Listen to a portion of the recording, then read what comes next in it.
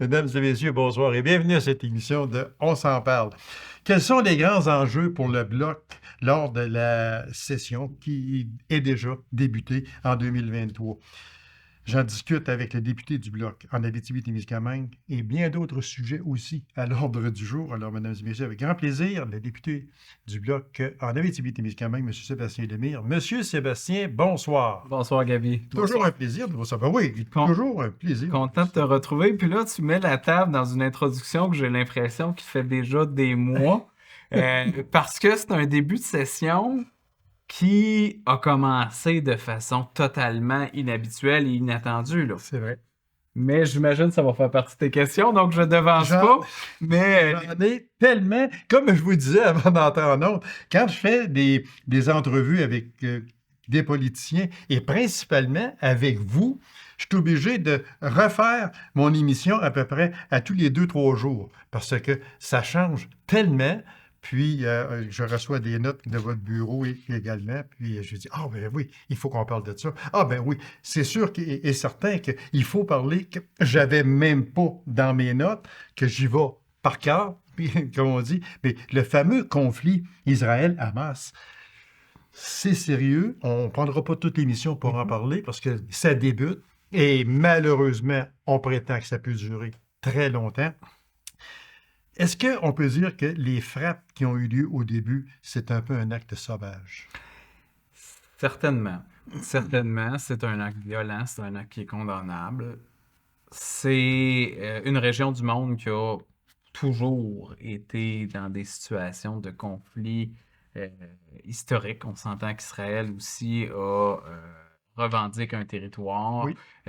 qui appartenait à un autre peuple, mais qui se revendique comme son territoire aussi, euh, comme Terre Sainte et autres pour son peuple. Donc, c'est extrêmement délicat. Extrêmement délicat. On sait aussi qu'Israël a des antennes dans à peu près tous les Ah, grands mon pays Dieu. du monde. Oui, oui.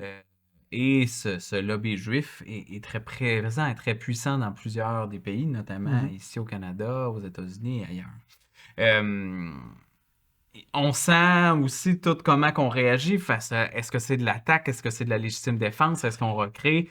Eux aussi, il y a tu sais, ce qui se passe à Gaza, ce qui se passe dans les territoires non cédés selon les frontières traditionnelles de 1951, si ma mémoire est Oui. bonne. En tout cas, Début des années après 50. la fin de la guerre, euh, il y a eu de l'expansion du territoire. Euh, pour le meilleur, pour le pire, j'ai peut-être plus le goût de dire pour le pire que pour le meilleur, mais ça fait longtemps que cette zone-là, elle est sous Oui, tension. parce que on savait que ça viendrait là. On le savait. Ceux qui suivent la politique internationale et tout ça, on le savait. Mais pas en des frappes que j'appelle sauvages, Oui. comme ça. Et c'est arrivé, boum! Le monde entier savait, comme je disais, là, que ça s'en venait, mais jamais d'une frappe aussi intense et aussi sauvage que ça. Donc oui, c'est important de le condamner. Et après ça, ben moi, c'est sûr que ça me replonge un peu dans ce qu'on a vécu avec l'invasion de la guerre en Ukraine par la Russie. Et évidemment, ça ne m'amène pas à être optimiste dans le temps parce que j'ai l'impression qu'aujourd'hui, avec toutes les technologies, avec tous les outils de communication, les guerres s'installent longtemps, Oui, davantage, exactement. malheureusement. Oui.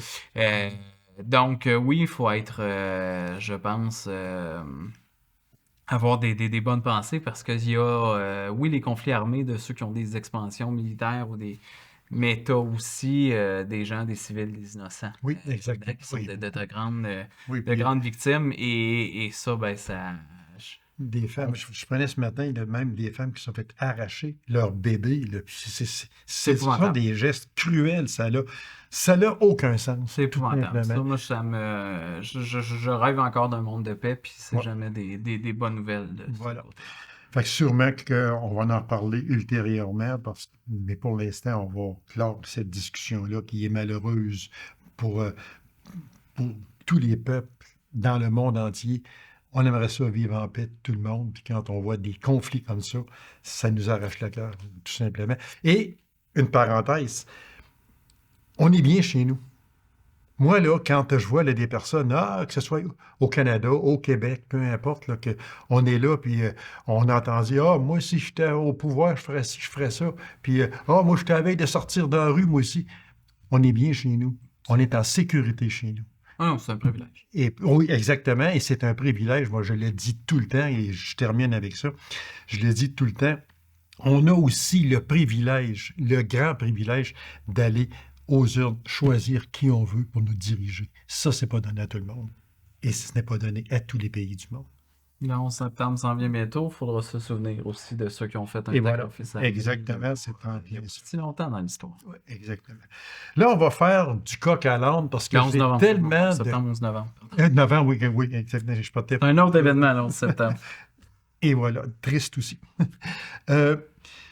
Louis Plamondon, qui a été désigné comme président intérimaire, mais président, là, il a fallu amender un peu la loi parce qu'il n'était pas légal tout à fait. On ne rentrera pas là-dedans, là, mais seulement qui a été nommé président intérimaire.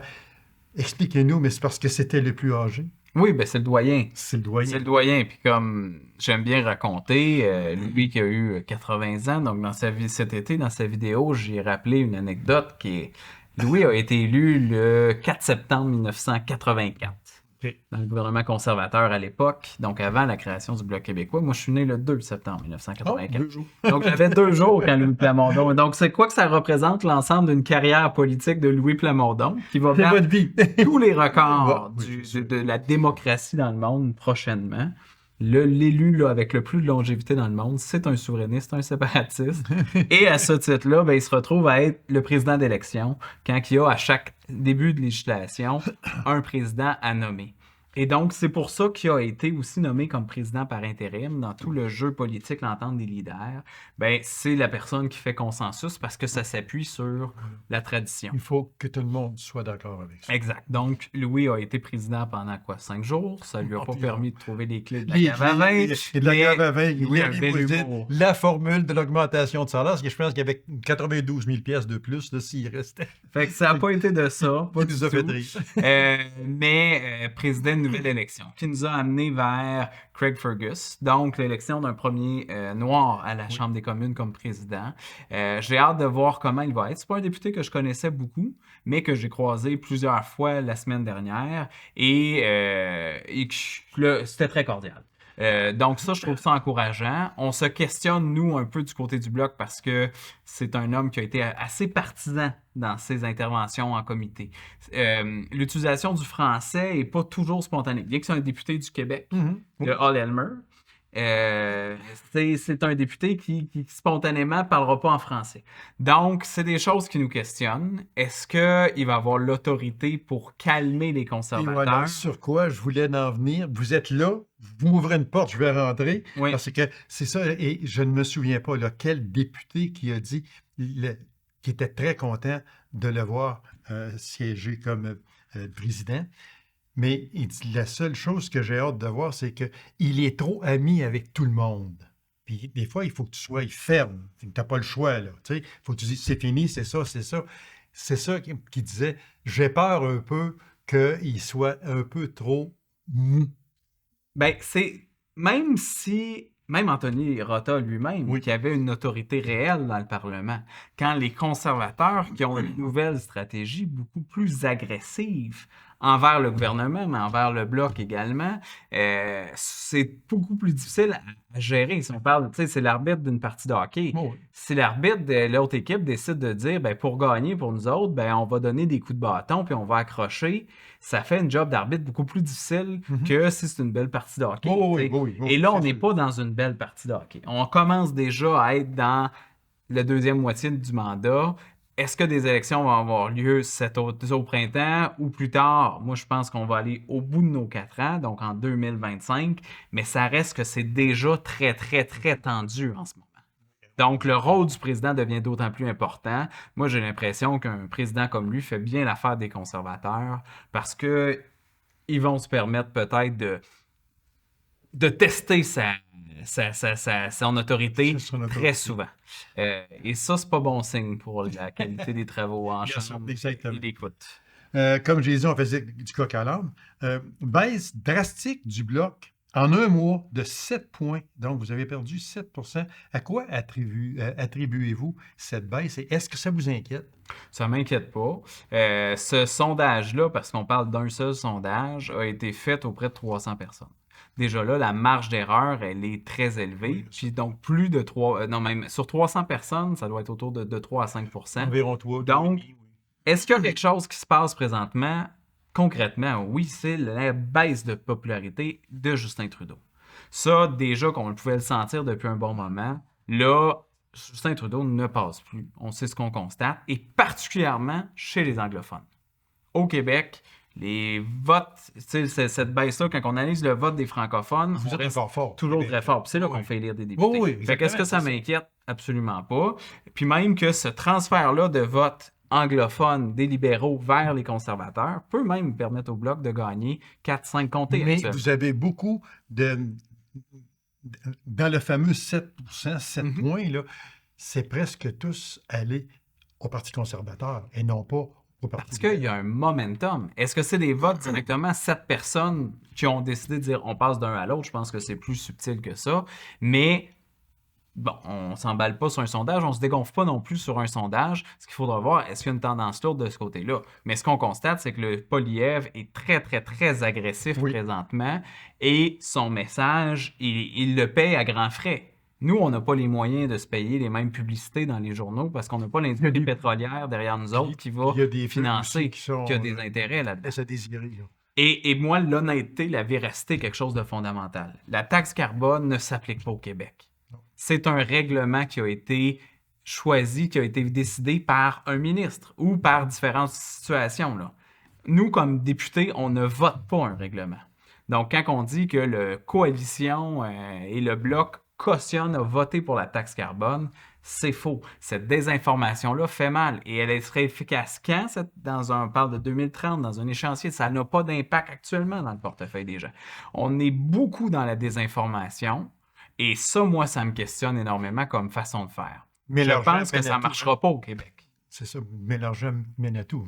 Vous l'avez bien dit, vous n'avez pas les budgets que le Parti conservateur peut avoir pour renseigner. Je n'irai pas jusqu'à dire Mhm. faussement, là. Il ne faut pas quand même exagérer, mais disons jouer avec la vérité un peu. C'est parce que M. Poilievre, quand on regarde ses pubs, il n'y a pas. Il y a Disons beaucoup qu'il de est raccourcis. juste- Oui, exactement. Là, comme on dit, excusez le terme anglais, mais c'est borderline. Il est Ah, juste là. Je pense qu'il traverse la ligne. Je OK. pense qu'il traverse la ligne. Puis jusqu'à maintenant, ça y sert. Fait que ça le décourage pas. Et ça l'a contaminé la période de questions, les déclarations, les débats en chambre, là. On se le cache pas, là. Quand je dis qu'on est déjà dans un esprit préélectoral, c'est ça. Mais pour l'instant, ça y sert. Fait que ça le calmera pas. Puis c'est une politique inspirée. On a vu comment que cet homme-là est devenu chef des conservateurs, comment il a tassé autour, comment il a profité du convoi des camionneurs pour pouvoir aller chercher un électorat qui est beaucoup plus à droite, d'une façon très républicaine de faire la politique, là. Très inspiré des mauvaises tendances de Trump, là. Et jusqu'à maintenant, ça y fonctionne. Sauf que moi, je pense que les Québécois sont pas durs. On le compare un peu à Trump également. Et autre question, M. Sébastien. Éliminer la TPS sur la construction de logements. Bonne chose ou tu dirais pas mauvaise chose? C'est un pas. C'est un pas. Puis moi, quand c'est arrivé, cette nouvelle-là, je trouvais que c'était un bon pas. Enfin, on pouvait voir le gouvernement Trudeau proposer quelque chose. Parce que dans les 2 premières années de ce mandat-là, il s'est pas passé grand-chose de la part du gouvernement, là. Même, sinon on pourrait dire, la gestion du chaos des passeports, puis des cas d'immigration, puis etc. On peut en sortir. Mais proposer des choses pour une solution, j'étais content.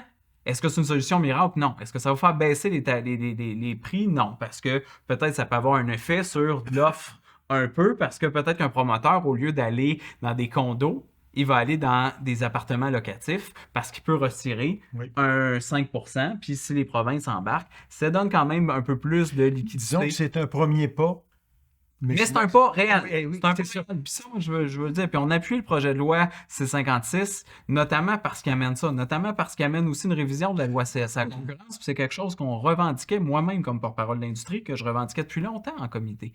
Et notamment auprès de François-Philippe Champagne. Est-ce que ça va faire des miracles? Non, mais au moins on en parle. Ce qu'il faut qu'il arrive surtout, c'est que le fédéral transfère les 900 millions qui sont dus à Québec. Et même que François Legault est sorti pour dire, moi, je suis prêt à bonifier aussi cette enveloppe-là pour pouvoir le faire. Là, qu'on sorte des guerres de drapeaux, il y a des gens qui sont dans la rue et cette itinérance-là est présente aussi en Mais le Abitibi-Témiscamingue. fédéral n'est pas fort trop avec M. Legault, je pense. Ben, à un moment donné, il faut sortir de ces guerres. Oui, c'est ça. Oui, Parce que tout le monde sont c'est le dans la rue. peuple, là. Et ça, C'est moi, le je suis pas prêt à peuple qui paye pour ça. j'accepterai pas ça. Ça prend des résultats. Puis pour ça prend des transferts d'argent. Puis c'est là qu'il faut on va être capable de construire du logement parce que ça ne marche pas actuellement. Moi, il y a des cas, puis on a tenu une grande rencontre de la circonscription quand mon collègue Denis Trudel est venu en Abitibi-Témiscamingue, puis des situations, puis des gens de partout de la région, notamment ici de la Sarre puis de l'Abitibi-Ouest, qui sont venus témoigner qu'on envoie de l'itinérance en Ah, mon Dieu, Abitibi-Témiscamingue. oui. Et même des cas comme de quoi dans un organisme d'aide à des femmes qui nous disent, nous, on a sorti une femme de la rue il y a 10 ans et elle y revient. C'est triste, c'est dramatique. Il faut être capable d'agir et il faut être capable d'offrir du logement social et abordable. Il faut être capable de revoir. Ça fait 30 ans que le fédéral n'a pas investi concrètement dans du logement. Ben, c'est pour ça que ça nous pète d'en face aujourd'hui. Tu sais. Et il va falloir agir de ce côté-là. Monsieur Lemire, c'est sûr qu'on ne peut pas faire l'émission sans parler d'une gaffe monumentale. On ne s'éternisera pas là-dessus, parce que tout a été dit, là, ou à peu près. Mais c'est parce que je vous demande votre avis à vous. La gaffe de Anthony Rota, Oui. c'est une gaffe monumentale. Le Canada a fait rire de lui. Poutine s'en délèche encore aujourd'hui. Comment ça a pu arriver? Expliquez-nous ça là, très vite, là. Mais comment tout ça là, a pu arriver? Ça veut dire que le président de la Chambre a un paquet de pouvoirs que les députés et les ministres n'ont pas. Il décide par lui-même, j'invite un tel, il est là en haut, applaudissez-les. On n'ira pas sur tout ce qu'il a fait, mais tout le monde s'est levé. Et M. Zelensky, il était là, en plus de ça. Comment il fait aujourd'hui, il lui face à ça? Est-ce que M. Trudeau l'a contacté? Est-ce que M. Trudeau est prêt à le réinviter? Oui, mais est-ce que lui est prêt, M. Zelensky, à venir se rasseoir à la Chambre des communes, puis se faire applaudir encore? Pas sûr. Il y a plusieurs éléments là-dedans. Donc, si on a un nouveau président, Oui. Greg Fergus, c'est parce que l'ancien président, Anthony Rota, Et qui voilà. est un voisin de circonscription d'Abitibi-Témiscamingue, Oui, il est du juste à côté de côté. North Bay, Oui. de Témiscamingue-Nipissing. Donc, c'est un homme chaleureux, un bon président. Moi, c'est quelqu'un avec qui j'ai eu une excellente collaboration. Donc, mais il a fait une gaffe majeure. Monumental. Donc, comment ça peut arriver dans le contexte de la visite de M. Zelensky? Il y avait un discours d'abord de M. Trudeau, et après ça, de M. Zelensky, et après ça, la présidente du Sénat. L'équivalent donc de M. Rota, mais du côté du Sénat. Pourquoi le Sénat passe avant la Chambre des communes? Ça, moi, je trouve ça très questionnable, mais c'est ça le protocole. Pourquoi le Sénat d'abord? Tiens. M. Rota a aussi pris la parole. Les chefs de l'opposition ne l'ont pas fait. Mais M. Rota avait un tour de parole là-dedans et dans le contexte, il a salué un citoyen. Est-ce qu'il est citoyen? Je présume que oui, là, mais un résident de sa circonscription qui était un ancien combattant et qui a été donc placé dans la tribune à un endroit que le président pouvait l'inviter et en a fait mention dans son discours à lui. Sauf que, semble-t-il que depuis plusieurs années, la GRC est supposée de faire des vérifications sur toutes les personnes qui vont dans la tribune et qui sont invitées. Parce que comme président, il est chef de la diplomatie parlementaire aussi. On accueille souvent des délégations. Et c'est là que Anthony Rota n'était plus qualifié à cause de cette gaffe-là pour jouer son rôle de président. Oui, dans la Chambre, il y a une perte de confiance des députés qui se sont retrouvés, malgré eux, j'en ai fait partie, à applaudir quelqu'un qu'on n'aurait jamais dû applaudir. Jamais.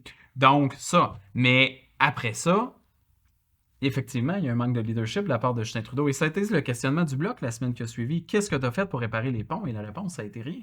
Et ça, c'est problématique. Par contre, les Russes, comme vous le mentionnez, ont pris cette cassette-là, dans laquelle tu as le président Zelensky qui va applaudir dans une enceinte officielle d'un pays du G7 un nazi, quand on se rappelle que la trame narrative de l'invasion de l'Ukraine, qui n'a jamais réussi à coller, là, tant dans son pays à lui qu'à l'international, on veut purifier l'Ukraine des nazis.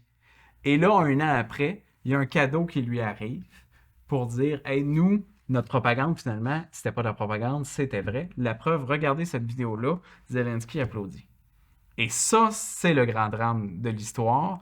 Et tu sais, Poutine a retraité, même Anthony Rota, l'idiot, ça a pris des proportions énormes, mais normales dans les circonstances. Oui, c'est ça. Ben oui, c'est ça. Parce que la gaffe, elle est immense. Quand on regarde tout le contour de ça, avec M.